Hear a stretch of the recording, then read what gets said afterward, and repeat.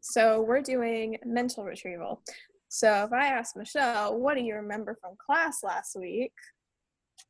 She might say that she remembered that lunch was really good.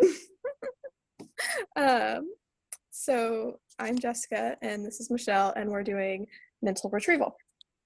And we'll just Okay, so mental retrieval has, for ours, there's 3 different densities. It's low, medium, and high. So we're going to begin with low density, which is the beginning for the strategy. So low density basically involves having a student or a group explain concepts visually. Yeah, so I might ask Michelle, what is the Pythagorean theorem? Do you remember it? Okay, and then, so that's the first density. Moving on to the medium density, that would involve having a student or group actually write out a concept versus just describing it verbally. Yeah, so instead of just having them talk about it, they might write it down. We might go for, because when you rewrite it in your own words, then you have to memorize it a lot more. You have to really know it because you have to be more confident in what you're saying. So it might be more of a challenge. You might find bumps along the way that you didn't know were there. You also might do flashcard quizzes, get them into Quizlet, or getting them active quizzing each other if you're in a small group. That works really good, things like that. Okay, so that was the medium density. So moving on to high density, of course, this comes when you've kind of mastered the concept a little more and you can work with it and you can describe it. So, of course, this involves having students or a group actually complete the problems versus just explaining them verbally or writing them out. This would be kind of like after you work through the problems, having to evaluate them either with your notes or your textbook or actually working with a tutor to go over your work. Yeah, so this is kind of that creation phase where you have to really apply what you're looking at, and you might get them to do a practice test or draw their notes out more conceptively and really be able to make a picture, rewrite a concept uniquely, that kind of thing.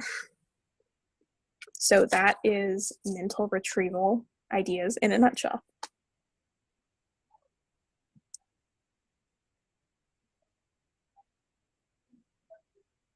Hello, my name is Rodriguez, and I'm with the athletic department as a Math 45 tutor. Hi, I'm Julianne Angel, and I am an English tutor for the athletic department as well.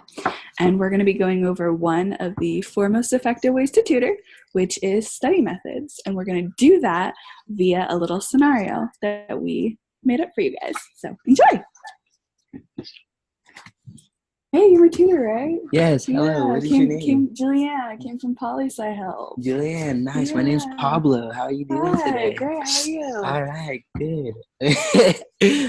So, do you have any tests coming up or something? Yeah, I got one in 3 days, man. 3 days? Yeah. Wow, have you studied at all? Not one bit, my dude. Well, you came to the right place. Cool. Did you know that some of the most effective study methods is either you could rewrite the material or you could use flashcards? For real, those work? Yes, they do work really good. Oh, yeah. Cool. Yeah. So, do you have any study habits that you've done in the past? Non-existent, my dude. Non-existent. Yeah. No. I kind of coast. Like, I'll just like go from like class to class. I kind of just guess. Oh, you know? So you're like a floater? Like, yeah, like I'm floater. Like I don't like studying. Like it's really hard, and like I don't get it, and like I can't like sit down and just like read a textbook. You know, like I don't even buy them. Wow. Like I can't like reading like the textbook. Like I don't retain any information, so then I kind of just guess. Well, you came to the right place because I can help you with that. So, what you're gonna want to do is, prioritize what you want to do. One of the most effective study habits that I use all the time is flashcards, and I do it with a friend or someone that's already taken the class, so they know more information, and it's really helpful. Oh, for real? Like using another person like actually helps? Mm-hmm. Yeah. Oh, I actually never thought to do that. That's people sure. are a resource. Yeah. Oh, see, yeah. I never thought it. I always just try to do it myself, and then I got frustrated, and then like, yeah. That's why I'm like not doing well. Well, you should come to the athletic tutoring center before your test, and I'm gonna have a Jeopardy game, and it's gonna be really fun, really helpful. I love Jeopardy. Jeopardy's sick. There might or might not be prizes, so but it'll be helpful. Rice-A-Roni, lifetime supply. Maybe not Rice-A-Roni, but Chef Party. I could get that for you. Okay, well I'll come anyway because I like a good game, a Jeopardy. All right. For real. Thanks, All man. right, Yeah, you too. And All right, are we good? Are we good? Awesome. All Okay. right. Well, I am Adam. I am a DS tutor in the Learning Center, Yeah, my name is Sam, and I'm a math tutor over with the Veterans Program. and we're going to talk a little bit about active learning. So, we're going to play I will be a salesman, and she'll be a teacher, and I'm trying to sell a DVD series to help improve with active learning. So, do students look really bored in class not taking notes? Yeah, actually, they don't even look at They me don't? sometimes when That's I'm terrible. teaching. But do you want them to look more engaged, actively taking notes, highlighting, and just remembering the information you present to them? Yes. Well, then our DVD series is for you. It encourages students to actively engage in class in 5 different ways: writing, speaking, reflecting, reading, and collaborating. And if you buy this, then your students will be better students, they will learn more information, and they will retain that information in their later years. Okay, perfect. So, did you know that studies show that students who write their own notes perform better in class? Yeah, but how does that make them perform better? They perform better because when they write their own notes, they tend to retain information better. Rather than simply being lectured at, they actually remember the information and they can write it down later in a future essay or future problem. In our DVD series, we'll teach students strategies and tips to help them write notes. Oh, okay. What kind of strategies and tips? Well, we can teach them how to use various tools such as bookmarkers, highlighters, such as what you have here. Oh, like this. Yep. If students highlight their notes, then they're more likely to remember the main outline, and they can recall later what information they need to remember. Oh, okay. Let's see. The next way our DVD series will help your students is in speaking. Do you ever ask your students any questions at the end of the lectures and just hear crickets? Yes, it's silent every time. That's awful. Well, the best teaching occurs actually when the teacher doesn't say a word. Wait, how? Well, when students actively engage and talk to the teacher, they always do better in retaining their information. Oh, okay. So I can have a problem on the board and have my students give me the steps on what to do. That's exactly Okay. correct. It's always best when the students perform the problem rather than you perform the problem and they copy it down. Another important part of that is reflection. After you complete the problem, or rather your students complete the problem, you can reflect on the problem and see what you can learn from it. Oh, okay. So the problem isn't over after you get the answer. It's important to look back and reflect on what you've learned. Okay. And especially if they get stuck on a problem, I can ask them what they think they got wrong You or absolutely what the next step should be. That's correct. And the reading part of our DVD series includes textbooks and notes for the student to learn from. So, yeah, we can have them read notes and stuff, and so they can learn the information better. And of course, the student isn't just reading, they're actually retaining the information and working on practice Okay, problems. so is it stuff that they've already learned and they're just rereading, kind of going over it? It absolutely is. Okay. So the student can reflect on past information and then learn more Okay. and solidify their knowledge. There are also challenge problems in our DVD series. Our challenge problems are designed to test students' knowledge of previous information and understanding of the material. So these challenge problems are really useful because it helps the students just challenge their knowledge and see what they know. Put their knowledge to use instead of just being bored in class. Yeah, it gives them real world examples and word problems so that they can put it to use in the real world and not just in class. Perfect. And finally, our DVD includes group activities so that the students can work on in groups. So this is important because when students work alone, obviously they just work alone, they're not really helpful. But if the students work together in groups, they can teach each other the information, which is very helpful. Can I use this part of the DVD in my class? So I kind of have them do it in class? You absolutely can. If you play the DVD in class, we'll have outlines for activities that you can complete, and we can help you along the way in all the various steps. So in conclusion, our DVD series is for you if you want your students to read, speak, reflect, read, and collaborate, all for the low price of just $29.99.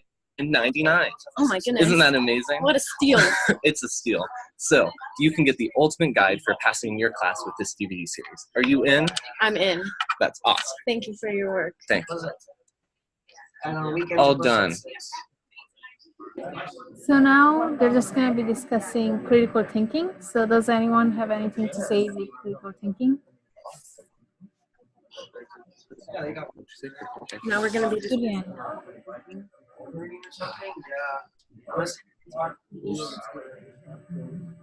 Okay, so critical thinking is mostly like why things are done and how they're done. And students can use that in either their study methods and like can be scenarios. Now, Jessica, what do you have to say about critical thinking?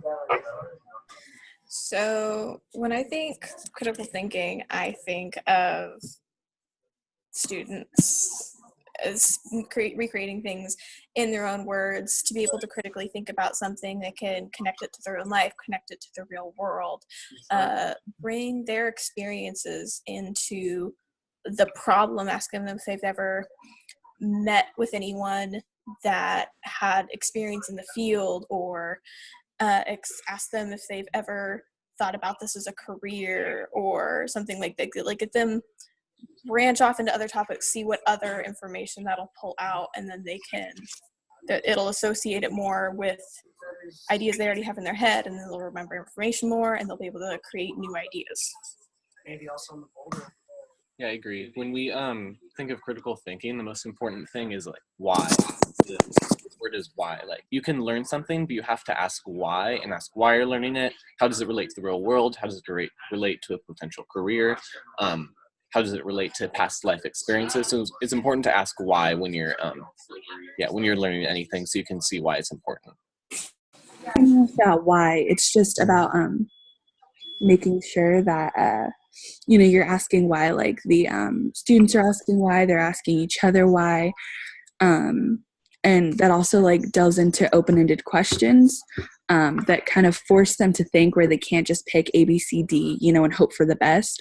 It forces them to like think, to actually go in and think about what they reviewed through active learning, through the study methods, and really make them like think like, okay, well, I know this, but like, why do I know this? And why is this important? And it'll be like a better foundation for understanding everything else, and a better jumping off point. And if they know how to critically think, then they're going to succeed. And it'll make the tutoring process that much easier for them and for us. Okay, so that's the video. Thanks for watching.